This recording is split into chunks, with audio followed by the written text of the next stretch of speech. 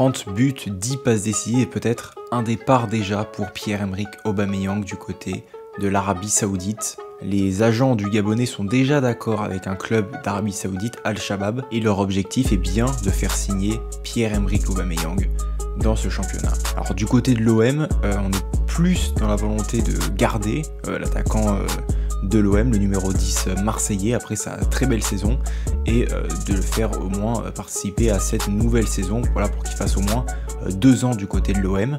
Mais du côté des agents, c'est plutôt une volonté de bouger pour Pierre-Emerick Aubameyang. Le joueur, lui, était plutôt enclin également à rester, mais la porte reste ouverte à un départ. C'est pas fixé, c'est pas figé pour le Gabonais de rester du côté de l'OM. Alors pour le coup, ce qui pourrait être intéressant, bien sûr, c'est déjà que Pierre-Emerick Aubameyang a un très gros salaire à l'OM. On parle quand même de quasiment entre 600 et 700 000 euros par mois. Donc ça commence à faire. En plus de ça, il a signé 3 ans, donc voilà, on va recevoir dans l'idée une indemnité transfert. Donc pour un joueur de 35 ans qui vient de réaliser voilà, une saison absolument exceptionnelle, il va pas forcément réaliser la même saison l'année prochaine. Donc si on peut en tirer un certain montant maintenant, ça peut être intéressant parce qu'on sait qu'on a quand même beaucoup de mal à vendre nos bons joueurs. À suivre donc pour Pierre-Emerick Aubameyang, et évidemment dans le même temps, si un départ se confirmait pour le numéro 10 de l'OM, les dirigeants olympiens ont plusieurs idées pour le remplacer. On parle notamment d'un retour, voilà, potentiellement d'Alexis Sanchez. On rappelle qu'il est en fin de contrat, hein, il est signé 1 an du côté de l'Inter Milan après avoir quitté l'OM. Et il serait, selon certaines sources, enclin à revenir du côté de l'Olympique de Marseille comme agent libre, bien évidemment, vu qu'il a plus de contrat actuellement. Ça pourrait être intéressant. Voilà, il a fait une très belle saison chez nous également. Maintenant, il est plus tout jeune aussi, mais bon, il a quand même, c'est typiquement le genre de joueur un peu comme Aubameyang qui ont une hygiène de vie assez extraordinaire, et je pense qu'il peut encore beaucoup donner du côté de l'OM, après à voir s'il sera titulaire indiscutable ou pas. Forcément, si Aubameyang part et que Sanchez vient, il faudra aussi un joueur un peu plus jeune pour accompagner, en espérant avoir cette saison-là d'autres joueurs capables de marquer un but que seul l'avant-centre. Pour le coup, la saison de Sanchez, il y a eu quand même des joueurs un peu autour qui arrivaient à marquer, mais bon, c'était surtout les défenseurs. Là, l'année dernière, c'était Aubameyang, voilà.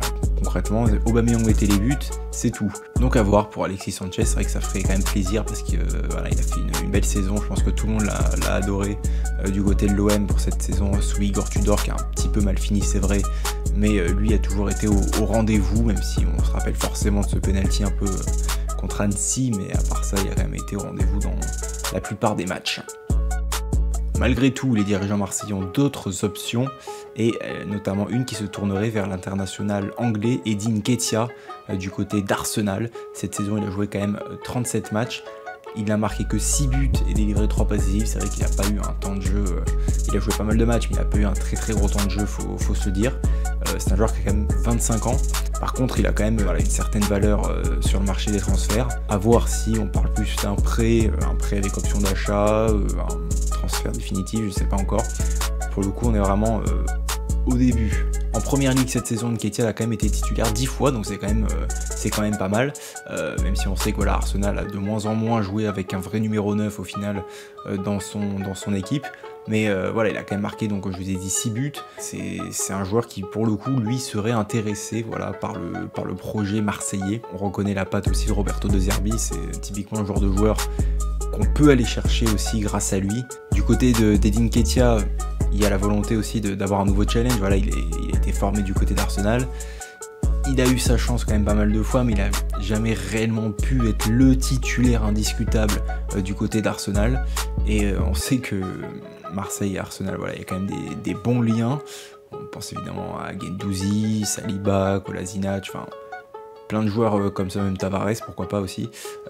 Voilà, d'être capable de relancer aussi des joueurs qui...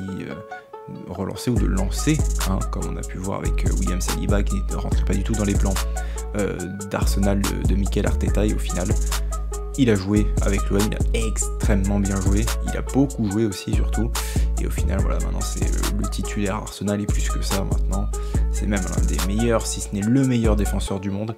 Donc voilà, Marseille a cette capacité aussi de mettre des joueurs en valeur. Donc peut-être que dans cette idée-là, ce transfert, ou en tout cas cette transaction, pourra être effectuée. En tout cas, c'est un très bon joueur. Et de toute façon, il faut qu'on recrute en attaque, même si on venait à garder Pierre-Emerick Aubameyang. En tout cas, voilà, l'OM travaille sur le marché des transferts pour recruter des joueurs offensifs et pour jouer au poste de numéro 9.